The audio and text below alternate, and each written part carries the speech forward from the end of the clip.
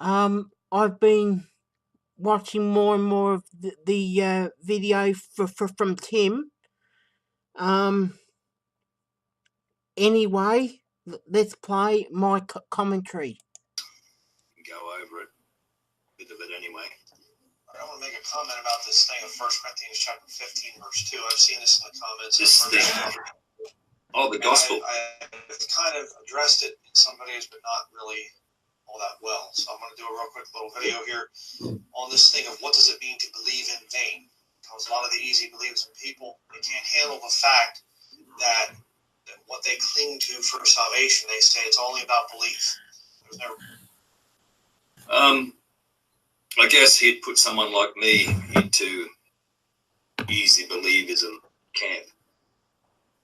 So he just calls them easy believism people, anyone that disagrees with him. What? The fact is that you have to believe first. Yep. You can't turn from your sins. You can't cry out to the Lord, call out to the Lord in a broken state or a sorrowful state. Unless I you agree with that guy there. Yeah, that is just obvious. And I know a lot of the religious evangelicals have it back to front.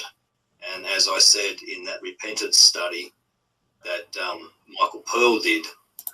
You know, oh boy, Michael Pearl is a wicked devil. Don't know anything about Michael Pearl. He's got all kinds of problems.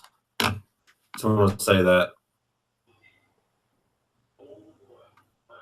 No, that's a really thorough study, and the main context of repentance in the Bible is not what religious people or evangelicals make it out to be. It's turning from belief in the New Testament. The main context is turning from unbelief to belief in the Lord Jesus Christ. Ed Finney just got the gospel right. Denlinger doesn't, and he's just laughing. Right? How many people are you sending to hell, Bryan Denlinger? You can't do all these things that Bryan says unless you believe first. That's obvious. But anyway, we'll keep going. You know, what about 2 Corinthians chapter 7, verse 10, you know? I mean, yeah. And will change life that comes after salvation. Yeah. People that disagree with you agree that there is changed life after you believe. But you have to believe first. That's the main point that I make. There can be a changed life. There should be a changed life. That's the main point that a lot of people make. But he wants to call everyone but there should be. First is easy believers. Easy believers. Yeah, well, Bryan, you're just putting people in a box that don't deserve to be put in a box by you. It's only belief. And you don't even have to call upon the name of the Lord according to some of these heretics. No, you don't have to, but you probably will after. Say, please save me. You just believe it. Okay? I do. And they can't handle a verse that says about the gospel in verse 1 and verse 2 unless you believe in vain. Right? It's the context of verses 1 and 2. Paul is declaring to them that I think I can handle it quite well, and others can handle it quite well. I just think someone else can't handle it. Wow. Yeah. The gospel in verse 1, unless you believe in verse 2, and believe in vain. In verse 2. Now let's just read it here. I'll show you what these people do. These people, 15 verses 1 and 2. People who actually believe correctly. The gospel which I preached unto you, believed in wherein ye stand. He's declaring to them the gospel. Mm-hmm. In context, he's talking about the gospel. Mm-hmm. Verse 2, by which also ye are saved, if ye keep in memory what I preached unto you. If. It's a conditional clause. Unless. Learn that basic English truth here of the English language. Got that one mastered. Yep. I've learned that. As I said, by which also ye are saved, if ye keep in memory what I preached unto you, unless ye have believed in vain. Bryan, are you adding to faith? Bryan Denlinger, right? Are you believing in vain? And are you adding to faith? Which I think is believing in vain. That's Well, what I think it is. You have believed that. Yeah, you do have to look at context. Very verse important. 14 of the chapter. They won't look at the context of the verse right before it. If you don't look at the context, you might think that interracial marriage is fornication. Very important to look at context, Brian. I was laughing at Bryan Denlinger. It's insanity. These people are crazy in the head. But look at verse 14. Oh, yeah. Just pause for a minute. Yeah. You know, just these people are just so mentally ill. I mean, they just commenting. They like carry on little conversations or something. Like I'm actually there talking and whatever. It just, well, I can't even watch a lot of these people. It's insanity. Brian, anyone who you disagree with is mentally ill. You say that Ed's got mental illness. He doesn't. You know, and they say, well, you have to believe first before you can call upon the name of the Lord. Okay. Does your belief get you saved? Yes. If so, then what's the point of calling upon the name of the Lord?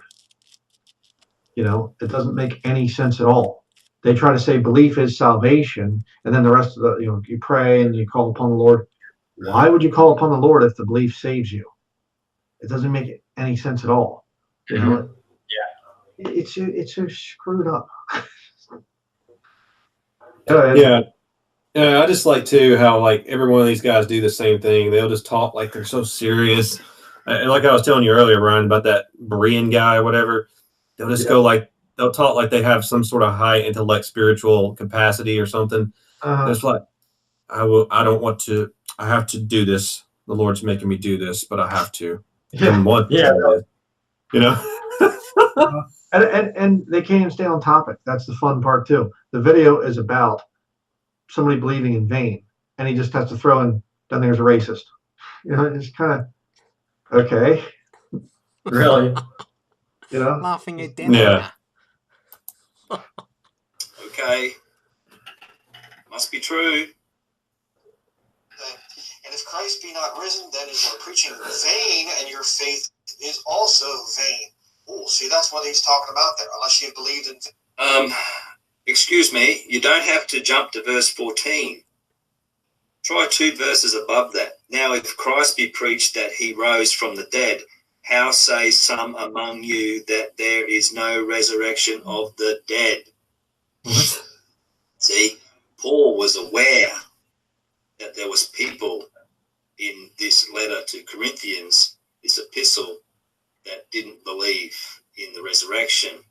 Which well, I do believe faith in vain because they didn't believe the gospel fully. It's very important to believe and that I Jesus do. rose from the dead. He did rise from the dead. And have a look, right, when he's finished giving the gospel in verse 4, he's talking about Jesus being seen in verse 5.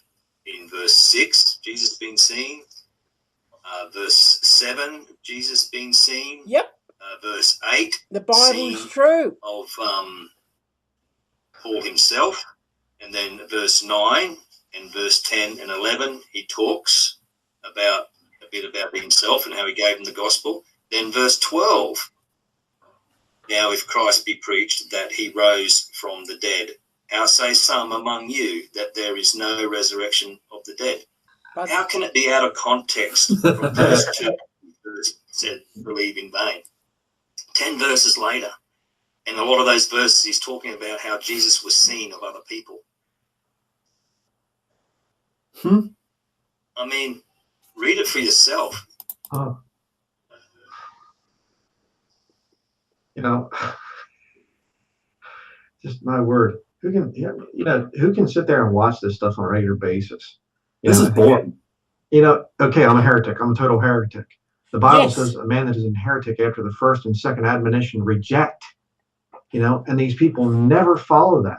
I do reject. Watch everything I do and come out. Of course I'm going to watch because you're leading so many people to hell, Bryan Denlinger. My duty to watch. And they tell me how many people I fellowship with or don't fellowship with personally here, and they know what's in my house. I wouldn't know what's in your house. I wouldn't have a clue. And you claim you have got rid of porn, right? I wouldn't know. We're only going by what you have claimed, right? I wouldn't have a clue what you do or don't do in your private life. It's none of my business, Bryan Denlinger, right? But you claim to know what your followers or subscribers, right? Whoever watch you do, right? And anyone who you disagree with, Bryan, right? You say they have mental illness. Okay, thank you.